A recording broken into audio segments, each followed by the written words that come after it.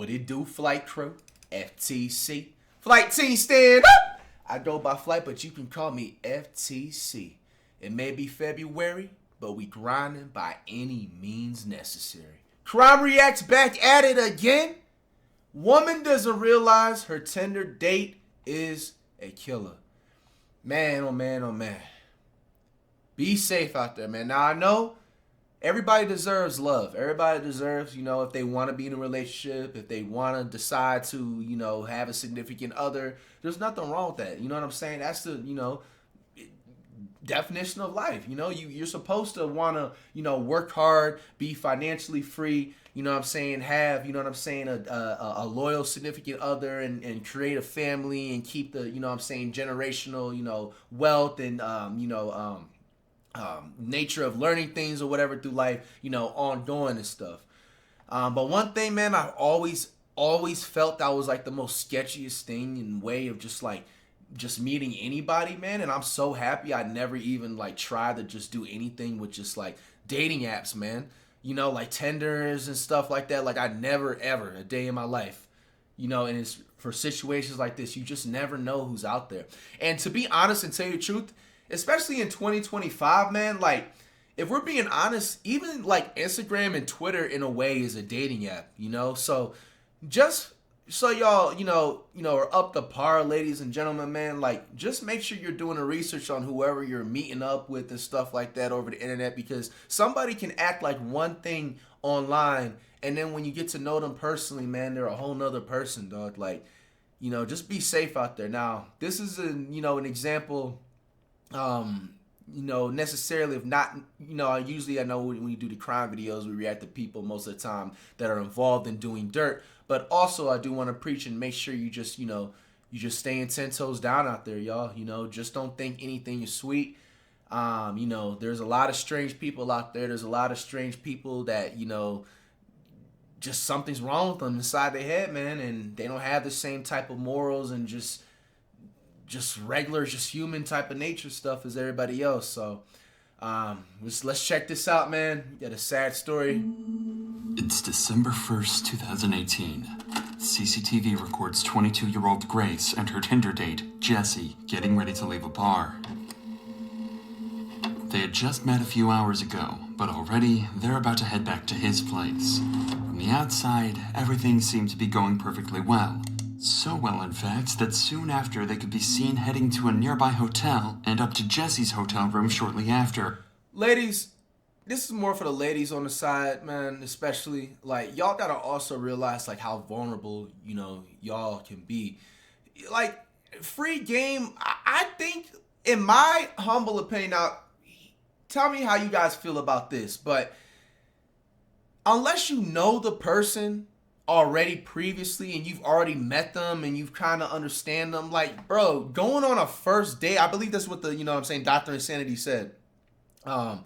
Going on a first date involving you having a drink, it's kind of crazy, and especially you met this person off of a dating app. It's not like you already knew somebody like this, even working a job or something, or at school or something. And even still, then you still want to be careful. But meeting somebody straight up off of a dating app and going to a bar where you're going to be drinking, taking shots or whatever for the first time and then going back to their place. It's one thing also to going on a date where you're involving drinks and stuff. Don't get it twisted. There's certain restaurants that offer happy hour specials and drinks with the meal. But if you're going back to your crib and they're not coming over, that's one thing and you don't even know them already. But you got them coming over your place off the first night of you drinking off of a dating app. You got to kind of move a little bit smarter than that. It's too many weirdos out there. You know what I'm saying? You're leaving yourself to be super vulnerable, especially if you're going solo by yourself with no friends. You know what I'm saying? She should have already off the rip have gone at least with one or two friends. You know what I'm saying? And then one of the friends, choosing to not be, drinking and to be fully sober and functional just in case buddy right here, which he ends up obviously because of the title is going to end up being a creep for situations like that. So, ladies, be very smart in situations like this. If you feel like for your first date, you want to go and unfortunately, having to say that, there's always, a 1 percentile of dudes out there that are just not weirdos and are just genuinely trying to have a great time and just go to the bar and just, you know, just get to know you more and stuff like that, man. But hey, man, I just, to keep it safe, better than sorry. You know, be careful in situations like this, ladies. Nobody could have expected that this was the last time Grace would ever be seen alive. Wow. Oh my gosh. No. The next day happened to be her birthday, and nobody was able to reach her all day, and this... Oh my gosh, bro. The parents, dog. Bro, this dude better be getting like 5 life sentences by the time I finish watching this video, bro. This is crazy, bro. Her birthday was 24 hours later, man. Dog, man. Even like, man, as a parent myself, man. Same was true even days after. It was like she disappeared off the face of the earth. Her friends and family quickly reported her missing, but to no avail. Meanwhile, Jessie was recorded on CCTV out and about, going up and down the elevator, carrying cleaning supplies, and what appeared to be a suitcase. A suitcase with contents that would shock everyone to the core. And what's even worse, the killer had another date lined up. Oh, and if the cops don't intervene and arrest him quickly, my goodness, bro. This guy's... this girl, as well as countless others, could fall victim to this very same man. Bro, and it be weirdos like that that ruin it for a lot of people, bro. Like, what's wrong with people, dog? Man, what is wrong with people, man? Like... Tell me what happened last Saturday. And from the beginning? Yeah. This nigga sound like a pussy, bro. And I'm sorry to even be talking like this, man. Like, you know, I'm just not my type of character. Like, bro, it's just... this man looks like he's in his 40s with a, like, you know what I'm saying? Like, he just sound like he sucked the whole thing of helium out of a balloon and trying to talk and make a conversation. Like, you can tell this dude only preys on women. He will never try another dude like this a day in his life because he knows what the fuck will happen, bro. Like, it's just... At 5:37 p.m. on December 1st, 2018, Grace, who just finished a backpacking journey from England to New Zealand, leaves her hostel to meet Jessie. Meanwhile, Jessie is having pre-date drinks at a local bar, downing several beers before the date begins. In fact, as he leaves the bar, you can... That's already a red flag. Like, I wouldn't even trust for, you know what I'm saying, ladies and gentlemen, like, you know, like, if somebody is just comfortable day drinking like that in the daytime, just chugging beers like that, bro, like, there's something already going on in their life that they feel like they need to... It's a different story if you know what I'm saying, chiefing. You know what I'm saying? That's different. But, bro, if you getting lit, bro, in the daytime off of liquor like that, bro, like, yo, I can't, nah, bro, that ain't even something you would want to even link up with. Like, even, like, for, like, in my personal experience, like, with dealing with, like, women just, like, you know, over, like, the years and stuff, like, bro, there's been a couple of women that are comfortable, bro, like, 12 o'clock, 1 o'clock, you know what I'm saying, p.m., bro, on a Wednesday, you know what I'm saying, tequila, you know what I'm saying, Hennessy. I'm like, bro, like, what the hell? Like, you couldn't even wait until, like, rush hour, my nigga? Like, what? It's never that serious. You know what I'm saying? It's never, ever that serious. Like, still see at least 4 empty bottles sitting on the table. 4 bottles of beer in the daytime and you go into a bar? Hell nah, bro. And the sad part is she probably didn't even know he even is a daytime drinker like that because it's her first time. Because Tinder, you know what I'm saying? Like, now correct me if I'm wrong. I'm guessing like Tinder is just like a straight up. Obviously, we already know it's a dating app, but I'm assuming I've never used any dating app a day in my life. Now, I'm assuming with, like, Tinder, what does it do? It matches you up with people, and then, like, you match it with somebody, and they're just, like, off the rip, ready to just go on the first date. You know what I'm saying? You probably don't even get a chance to, like, know them and stuff. Like, they meet in a popular spot where there's plenty of people, making Grace feel safe while she meets... Just the way he hugs kind of gives, I don't know, just weirdo vibes. Date for the like, just like, you know what I'm saying? First time. Man. But this will be a false sense of security, as Jessie has no plans to try anything untoward in public. He's going to wait until they're alone.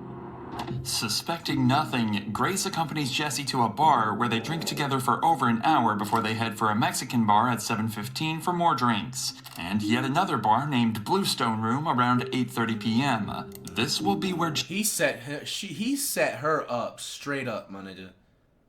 Like, you already have 4 bottles of beer. You're probably mixing drinks. This dude literally probably wasn't even in the right state of mind doing all of this, man. Like, which most of the time, not all the time, but most of the time happens when somebody doing some like crazy, you know what I'm saying, dirt or whatever. Like, you know what I'm saying, they're gonna have to, you know what I'm saying, pop a pill, you know what I'm saying, get really drunk, do this and that. You know what I'm saying? She should have already seen the signs right there. Like, what type of date is that? I ain't gonna lie, like, maybe I ain't been crazy experienced in the dating scene. I feel like I'm experienced, bro. Like, bro, it's one thing to go to a bar. 3 different bars to drink, and you're having drinks at all those other bars? Like, yeah, I don't know, man. Like, that's just kind of alright. That's kind of weird. Like, your life basically revolves around alcohol. Jesse tries his luck and sees if he can get a little closer to Grace. At 8:54, they share their first kiss. This is when Jesse takes a trip to the bathroom and where Grace sends her very last message to anyone, telling her friends that it's going amazingly well and that she just clicks with him so well. She's probably excited to spend the night with a man that she genuinely likes. She could have had no idea that instead, he was about to end her life in one of the most horrific ways possible. The next morning, Grace's phone starts to receive a ton of messages. It's her birthday, and there are plenty of friends who want to send her their best wishes. Each and every one of these messages goes unanswered. The first sign that something is wrong is at 8 a.m. when Jesse enters the very same elevator, this time on his own, throwing the camera a suspicious glance. Oh, hell If you nah. think he's just getting the birthday girl, throwing the camera a suspicious This dude is bro, this is a platinum threat badge, man. Like, this dude is, bro, he just has the most slappable, punchable face, man. Like, glance. If you think he's just getting the birthday girl a morning coffee, then think again. During that night, Jesse killed Grace by strangulation, and now he's going to try and do everything he can to cover up his crime, and he needs to do it quickly, because bro, that's just crazy, man. Like, this dude is just in a convenience store, grocery store that looked like CVS. I know they said this is like overseas. They said it's Auckland or something like that, or just over in the UK or something. But, bro, it's just crazy, man. You can just go to CVS, you go to Target, bro. You know, you probably went to Target or Walmart today, and you dead ass walked past somebody in the aisle that probably got 4 bodies, that probably, you know what I'm saying, did some weirdo stuff with a whole bunch of people, that's on the run in 5 different states, dead ass, you know what I'm saying, and don't even know it, you know what I'm saying? They probably was motherfucking holding the door open for you while you carrying your groceries or, you know, your shopping cart or something like that, and saying, have a great day today, complimented you probably, you didn't even think about it and didn't think a thing. You know what I'm saying? If you have like kids and stuff, you know what I'm saying, they probably like cracked a joke or something like towards your kids or something like that. You didn't even know, man. Y'all gotta be careful out there, dog. This world crazy. he's already got another potential victim lined up. By 8:07 a.m., Jesse is in town and about to start the most eerie shopping trip possible. He starts at the warehouse on Elliott Street, where he buys a suitcase that he plans to hide Grace's body in. He checks out the width and depth of the suitcase to make sure it'll fit her, so he can dispose of her body before anyone can catch him. Then, 25 minutes later, he makes his way to another store, where he buys a number of cleaning products that will be used to clean up the murder scene. Then he returns to his apartment for a number of hours, reappearing at 10:42 a.m. before he jumps in a taxi and Apex car. Damn, imagine if like one of the hotel people that be like, you know, cleaning and stuff, he probably had the do not disturb sign on the hotel outside door, but what if he had just forgot and they came in and seen that? To where he rents a car. But it's what he does next that's truly shocking, and puts pressure on the cops to discover and solve his murder as quickly as possible. As Grace's body lies in the apartment, Jesse goes on a date with another girl he'd met on Tinder. Given that he has all the equipment ready to hide one body, it's speculated that he planned this to be his second victim of the day.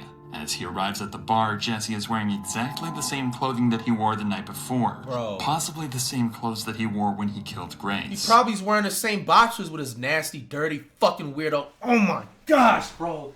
Man, it's people like this, bro. We just finished reacting to this one educational channel that was talking about, like, the cruelest punishments that they ever did in history. It's people like that, they need to start bringing those cruel punishments back, bro. He needs to literally be, like, humiliated publicly, bro, or something. Like giving this man even, like, 5 life sentences is unfortunately not even enough. Like, bro, This is just sick, dude. Like, We're not sure whether Kempson was as pushy in his initial messages to this girl, but what we do know is that the conversation he struck up with her during the date not only brought up some major red flags, it downright terrified her. Allegedly, he wanted to talk to her about where to hide a dead body from the police. Right away, the date is over, and this girl's she's smart. instincts may have just saved her life. She's smart. This dude is just, yeah, that's a creep for sure, man. If that wasn't the biggest sign to run, and I mean, that just even goes to show, like, ladies, if you even see any red flags in any type of dude, like even like on a first date, no dude should be like lashing out or having some type of anger on any type of given certain. You need to run, bro. You know what I'm saying? You see any red flag and you have to question, oh, should I like ask my friend or ask my mom, like, do I think there's something? No, there is something wrong. You know it. Run. Hard to imagine the horror that she would have felt when she learned the truth about the man she just walked away from. I know she's certain that he likely had the same fate lined up for her as he did with Grace. Wow, bro. At 8:56 p.m., we can see Jesse carrying a piece of equipment back to his apartment. More precisely, it's a carpet cleaner, and he's going to try and use that carpet cleaner to try and remove any trace of Grace's presence at his apartment. He's even got 2 bottles of cleaner in his hand. I know I said hotel earlier, something about so he's at his apartment and stuff. My bad. I'm sure he's got enough to get the job done. 30 minutes later, and we're greeted with the product of all his hard work. I'll be forgetting, like, there's certain luxury apartments that have like a dolly and stuff, like they do a hotel where you gotta, if you want to carry stuff.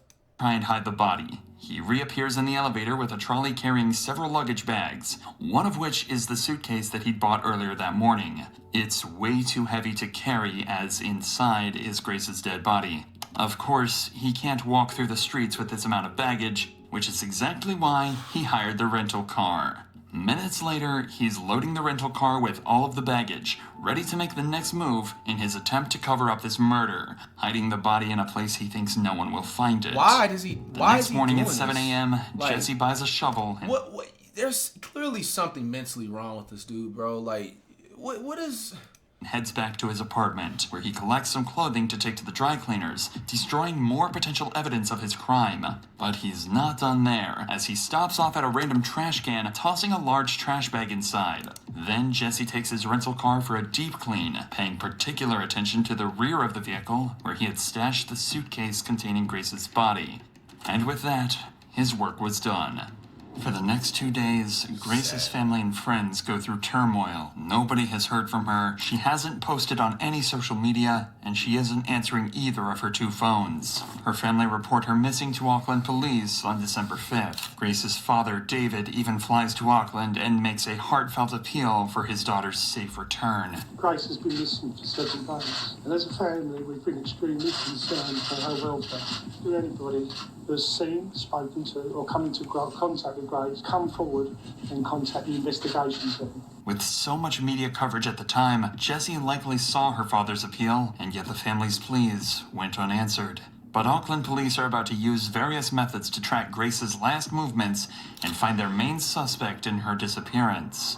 They're able to find out she was on a date with a mystery man, and after poring over hours of surveillance footage, they find the last person she was with, and track him back to his apartment. At 3 p.m. on December 5th, the cops turn up at the City Life Hotel, but they almost miss their man, as he eyes them in the lobby when he approaches the front door. Damn. Jesse thinks if he casually strolls away, he won't be noticed. But these eagle-eyed cops don't miss a trick, and quickly apprehend him before he can make an escape. At this point, the smartest thing for Jesse to do is to own up to his crime, maybe try to play it off as an accident, and face the consequences. But he's not going to do any such thing. In the interrogation room, he plans to lie his way out of this, but he's completely unaware that the cops have already seen every move from the night of the murder and have about as much evidence as they could possibly ask for. At the start of the interview, he has no reason to lie, as he's just recalling the events before the murder. Tell us about Grace. So I was talking to Grace on Tinder. Yeah. We'd matched on Friday. I saw that we'd matched the next day on Saturday. And then we met at Sky City. And then we decided that we were going up to Andy's Burger Bar. which is on the first floor. Not long into this interview, Jesse becomes entangled in his first lie, as he claims Grace was the one pushing for a date, when we already know he was the one trying hard to meet Grace in their initial messages. Whose idea was it to go to that particular burger place? Me, because I didn't initially know that she was real. What do you mean? Well, there's a lot of... So have you heard of catfish? No. So catfishing is where someone uses your profile or uses your photos and pretends to be you and then meets and you're a completely different person. Right. And it's on Tinder, it's all about the way you look. And so if they use more endearing photos, you're more likely to swipe for them. Okay. Yeah. How does meeting in a public place sort of protect you from meeting someone who's not as good looking as... Well, there's security there. So if she wasn't who she said she was, Yeah. at least in my mind, I'd feel safe. When Jesse is confronted with evidence from surveillance cameras, he continues to lie, digging a hole for himself that he's going to struggle to escape from. No. I go down Victoria Street, straight down to the bottom, and then hang a left, and I head towards the viaduct. You go to the viaduct a bit? Yeah. Yeah. Yep. You've kind of walked in a bit of a funny direction if you were planning to go to the viaduct. Well, it's the direction I normally go. Yeah. It's I mean, I'm just sort of saying, like, if you were planning to go to the viaduct. I normally go down Queen Street and then cross at the bottom of Queen Street, go through She's full of shit. The containers, and then walk along the wharf. Yeah. Is there a particular reason you would kind of do that? I feel safer down that way. The cop obviously suspects something strange here. Jesse's behavior and responses don't seem to line up or make sense at all, and if Jesse is lying, it'll only take a good few questions to throw him off completely. So the cop starts to apply the pressure, sending Jesse into panic. Actually don't know if she's been murdered or not yet. She may be alive and well. Okay. But she might also be dead. Okay? And it could be that you've done it.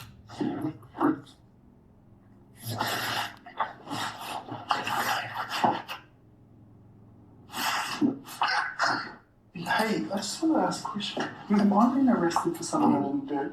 You haven't been arrested, mate. Oh. No. Oh. Holy. He's not being arrested just yet, but Auckland police are convinced Jesse is either behind Grace's disappearance or is at least involved. And the more they investigate this case, the more evidence they find to suggest Jesse is the one responsible. It's not just the surveillance footage that helps solve this case. Remember the new suitcase and cleaning products Jesse bought the morning after? Well, believe it or not, they were all bought on Grace's credit card, as well as an extra night's stay at the City Life Hotel. In fact, it's very possible he paid for his second date on Grace's credit card. Nah, this guy gotta go, bro. This guy gotta go.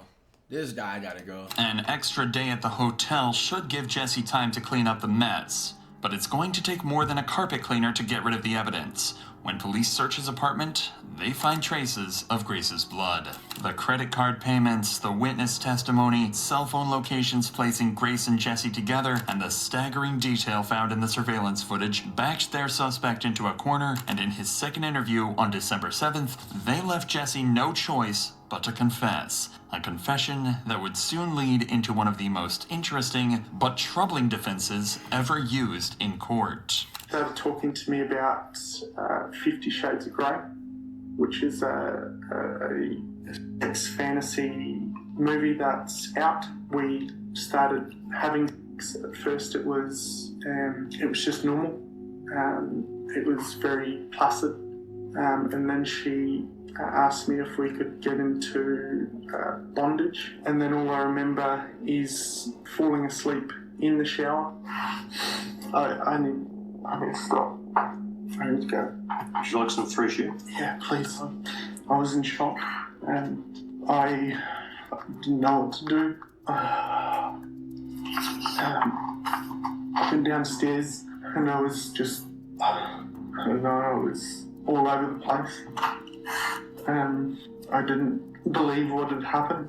I was just terrified and scared. I thought that she had gone. I thought she had left. Pathologist, specialist doctor will perform a post-mortem. Yeah. They're very skilled at establishing people's causes of death. Understand that? I went to the warehouse at the atrium and bought a suitcase. I went back and I was just in shock because it just didn't seem right.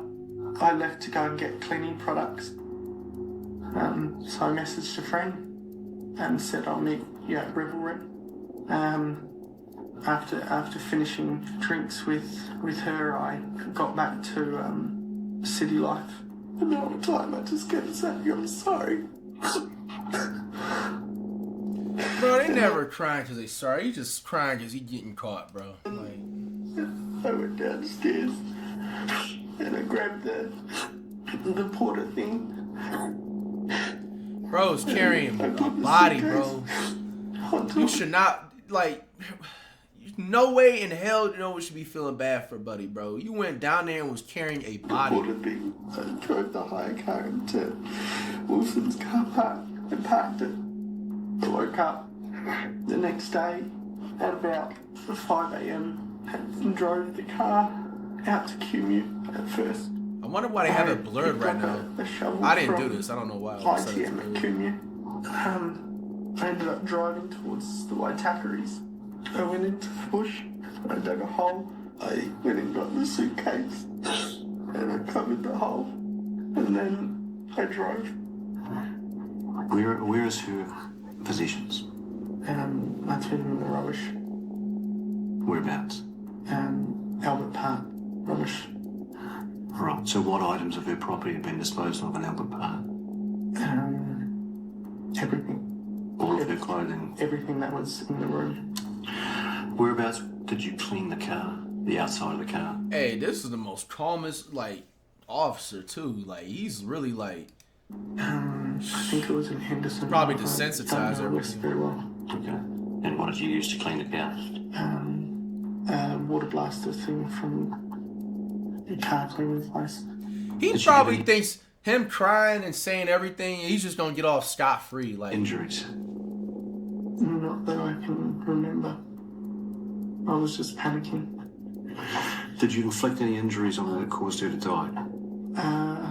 No. Did you kill Grace Millay? Okay. you just sat there and made... And you're under arrest for the murder of Grace Thank Millay you. Get him out of there. on or about the 2nd of December. You understand? Yeah. Did you intend to cause her death? No. Are you ready to take us to where she is?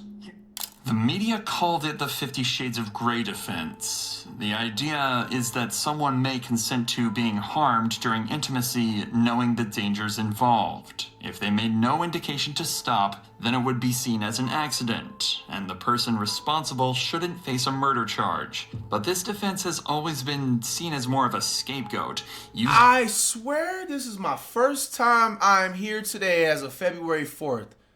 Like, finding out that that is an actual thing people can do.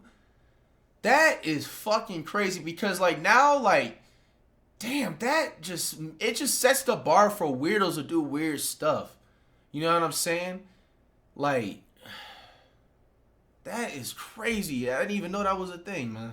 By lawyers to try and get their defendant off with a lighter sentence, which in this case would be manslaughter. This doesn't change what happened after Grace's death, and the disturbing series of events uncovered during Bro, the it's like the fact he put somebody, even if it was an accident, which we all know it isn't, and that actually happened, which we all know that didn't, like, you put another person's body in a suitcase, got cleaning products, you went out to a random park, dug a hole. Like, bro, that is like definition of premeditated homicide, my nigga. Like, there ain't no ifs, ands, or buts about it. Like, the fact that they're even able to even discuss a 50 Shades of Grey, like, sex, whatever they were describing about that. Like, that eliminates it. You know what I'm saying? Like, he completely was trying to just, like, eliminate any type of evidence, bro.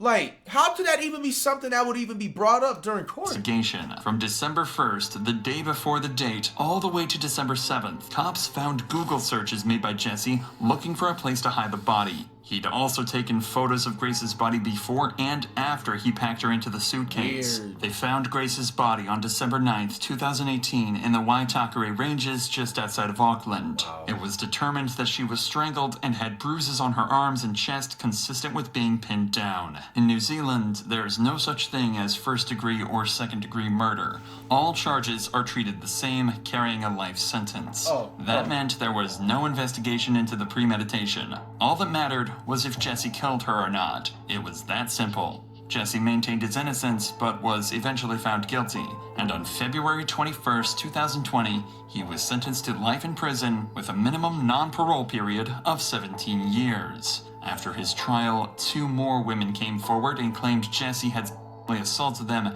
after they met him on Tinder. He was found guilty on those charges as well, adding another 11 years to life added to his sentence.